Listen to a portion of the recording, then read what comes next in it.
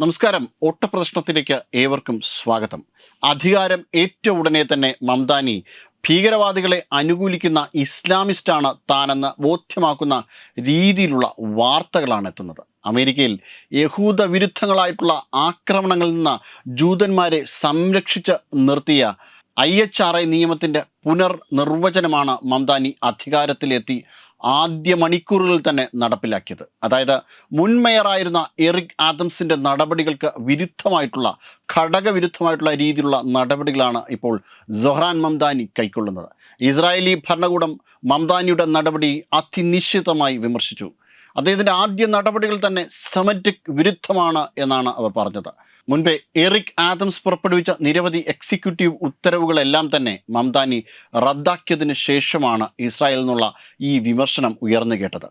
International holocaust remembrance അലയൻസിൻ്റെ പുനർനിർവചനമാണ് ഇപ്പോൾ മംദാനി അധികാരത്തിലെത്തിയതോടുകൂടി മുന്നോട്ട് വച്ചിരിക്കുന്നത്. ഇസ്രായേലിനെ അന്യായമായി പരിഗണിക്കാനോ ഇരട്ടത്താപ്പ് കാണിക്കുകയും ചെയ്യുന്ന കാര്യങ്ങളാണ് ഇതിൽ ഉൾപ്പെടുന്നത് എന്നാണ് മംദാനിയുടെ വാദം. എന്നാൽ ഇത് അടിസ്ഥാനരഹിതമാണ് എന്ന് റിപ്പോർട്ട് പരിശോധിക്കുന്ന ഏവർക്കും മനസ്സിലാകും. ഇതൊരു പോളിസിയാണ്. ഈ പോളിസി വളരെ കൃത്യമായിട്ട് ഒരു ജനാധിപത്യ രീതിയിൽ തയ്യാറാക്കിയത് തന്നെയാണ് എന്നുള്ളതാണ് ഇതുമായി ബന്ധപ്പെട്ട് ഇതിനെ വായിക്കുന്ന എല്ലാവർക്കും തന്നെ മനസ്സിലാകുന്നത്. മംദാനിക്ക് ഇത് മനസ്സിലാകാത്തത് മതത്തിൻ്റെ തിമിരം കാരണം എന്ന വിമർശനമാണ് ന്യൂയോർക്കിൽ നിന്ന് ഉയർന്നു കേൾക്കുന്നത്.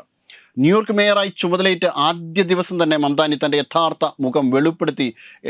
ജൂതവിരുദ്ധതയുടെ ആ മുഖമാണ് ഇപ്പോൾ കാണുന്നത് എന്നാണ് ഇസ്രായേൽ പറഞ്ഞത്. മംദാനിയുടെ നേതൃത്വം സെമറ്റിക് വിരുദ്ധ നീക്കമാണ് ഇപ്പോൾ നടത്തിയിരിക്കുന്നത് എന്ന് ഇസ്രായേലി വിദേശകാര്യ മന്ത്രാലയം ഓൺലൈൻ പോസ്റ്റിൽ കുറിച്ചു.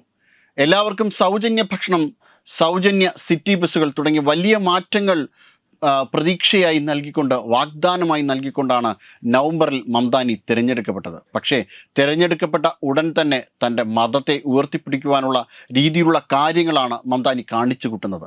അമേരിക്കയിൽ ഇസ്രായേൽ വിരുദ്ധവും എന്നാൽ ഭീകരവാദികൾ ഉൾപ്പെടെയുള്ളവരുടെ പിന്താങ്ങുന്ന ഒരു നയമാണ് മംദാനിയുടെ ഭാഗത്തുനിന്ന് ഉണ്ടായിക്കൊണ്ടേയിരിക്കുന്നത്.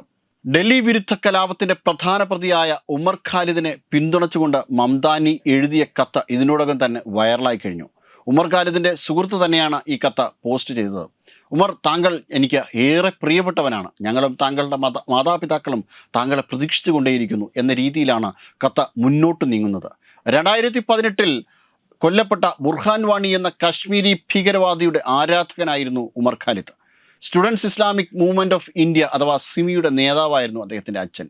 ഈ രീതിയിൽ ഭീകരവാദത്തെ പിന്തുണയ്ക്കുകയും ഭീകരവാദത്തെ ന്യായീകരിക്കുകയും ഭീകരവാദിയായ അഫ്സൽ ഗുരുവിനെ സ്വന്തം ഗുരുവിനെ പോലെ പരിഗണിക്കുകയും ചെയ്യുന്ന നേതാവാണ് ഉമർ ഖാലിദ്. ഈ ഉമർ ഖാലിദിനെയാണ് മംദാനി പുകഴ്ത്തിയിരിക്കുന്നത്. കഴിഞ്ഞ ദിവസങ്ങളിലാണ് അൽ ഖ്വയ്ദയുടെ അഭിഭാഷകനായ റാസിം ഖാസിമിനെ മംദാനി തൻ്റെ നിയമോപദേഷ്ടാവായി നിയമിച്ച് ഉത്തരവിറക്കിയത്. എടുത്തു പറയേണ്ട വസ്തുത എന്തെന്നാൽ അൽ ഖ്വയ്ദ അമേരിക്കയിലേക്ക് നൽകിയ ഒരു വലിയ ആഘാതമുണ്ട്. 9/11 അറ്റാക്ക്. ഈ 9/11 അറ്റാക്ക് നടന്നത് ന്യൂയോർക്ക് സിറ്റിയിലാണ്. അതേ സിറ്റിയുടെ മേയറാണ് മംദാനി എന്നത്.